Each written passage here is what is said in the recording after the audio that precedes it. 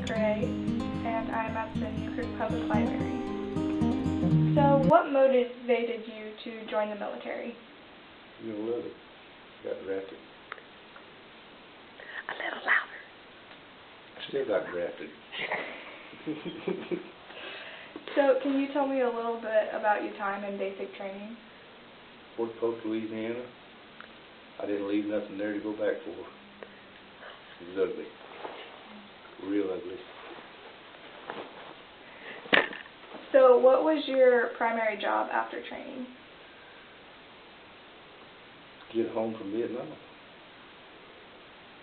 Live and save as many lives as you could. I walked point for 4 months and survived it. So, main thing was get there and get back. So, where did you do the majority of your time in service? I had a 2-year obligation thanks to Uncle Sam, and I spent a year of that in Vietnam. The rest of it started out Fort Polk, basic AIT, NOM, just came back and they sent me to Fort Hood, Texas. Another place I don't care to go back to. I was infantry. Fort Hood was mechanized. Like I was supposed to know what a tank is. When you're 11 Bravo, you don't ask that question. When you're 11 Bravo, that's infantry. They should have sent me to Fort Riley. I was with the Big Red One. And I also had a 3-month-old daughter when I came home. So that'd be the little troublemaker we're talking about then. So, what rank are you most proud of that you have earned and why? I made E5 sergeant in under a year, mainly because I was walking point for 4 months. I got moved up because of that thing. Sure was. So, which medals or salutations are you most honored to have received and why?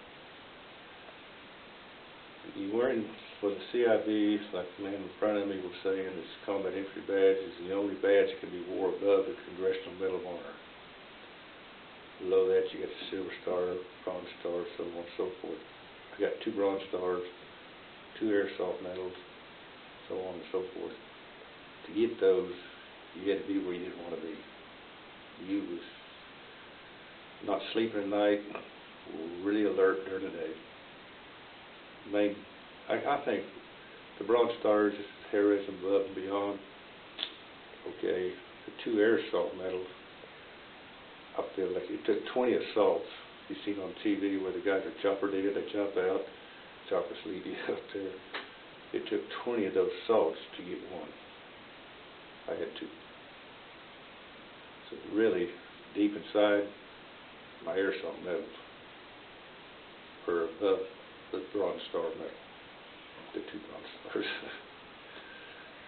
So, can you tell me about some of the special people you met? The majority of them were special. There was always, like every crowd, there's always a couple of bad apples. But the majority of the guys were all good. What I found, what I realized was the best come out of the Midwest. Period. I'm here to tell you. Texas, Oklahoma, Kansas, Nebraska, and Dakotas. The best fighting, the bravest guys were in the Midwest. Not to take away from the others, the best was here. Okay, so can you tell me about your food experiences, like some of the best and maybe not so good, and why? I could tell you, but it would go on record, and I really not have to do that. Okay, so then can you tell me about some of the, like a funny story you experienced that could really only happen in the military? Would a court-martial work? It wasn't funny. I did receive one. I ended up with a Bronze Star. But that's another long story. It wasn't funny at the time, so I took care of that side of your question. At the end result, it was. Because, like I said, me and gentlemen, risked our lives to go up and take ammunition to the guy that was pinned down by a sniper. I disobeyed a direct order to fire. I got to see General Wolf. I got to see all the brass at the court-martial, and later on, we called out, and Ben was, that lieutenant had put a rock star on us. Okay. Were you deployed overseas? If so, where and for what? We just did that, Vietnam. Okay, so what do you think was the most demanding part of your deployment? Leaving a wife, expecting a wife and family was the toughest. We got drafted knowing where we were going, and the idea of 58,000 didn't make it back. So that was the demanding survival, but it worked. We did send some guys home that didn't make it, but I made it. And the question was, the main question I get all the time earlier when I came back was, what about the guys that went to Canada, give up their citizenship? How do I feel about that? And I said, they're brave. They had more guts than I had. Because you had to give up your citizenship to go to Canada. I elected not to give up my citizenship, fight for my country. I got nothing against the guys that went up. I really don't. They were brave in my eyes.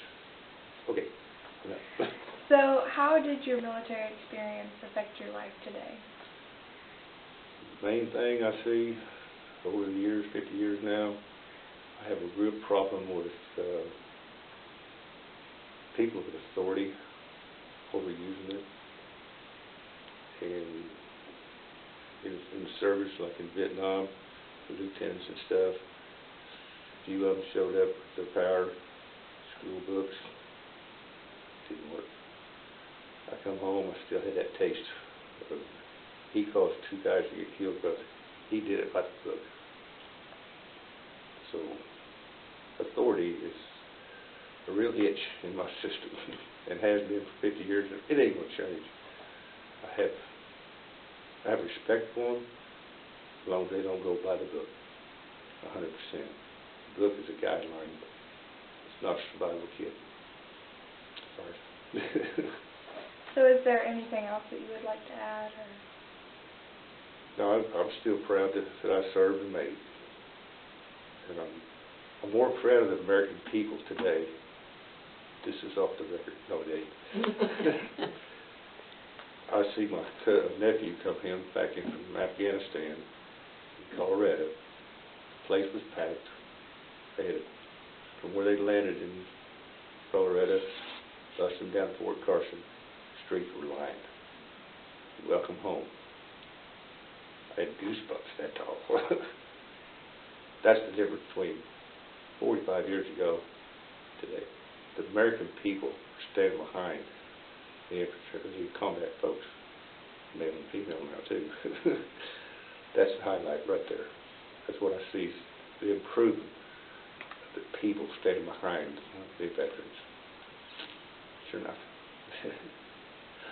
Excuse me. Okay, well, thank you for your service.